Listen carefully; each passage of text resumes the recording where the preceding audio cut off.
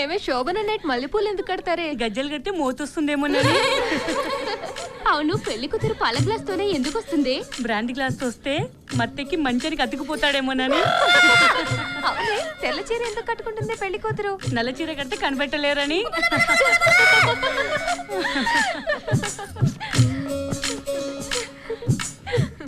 ఆగండి, ఏటారా తిప్పులాడి మా అప్పని చూడు, తీర్థంలో మా బావని చూడని తిప్పుకొని తిరగడమే కనపడుతుంది కానీ లోపల పనులు ఏవి అయ్యేటట్టు కనపడలేదు. ఇందుకే లోపల పనులు అయ్యే లేదా? అన్నీ అయిపోయాయి అంకుల్, మీదే ఆలస్యం. ఏంటి నేనా? అదే మీ అల్లుడు గారిది. అయితే ఓకే, వెళ్ళండి. ఆడి సంగతి నేను చూసుకుంటాను.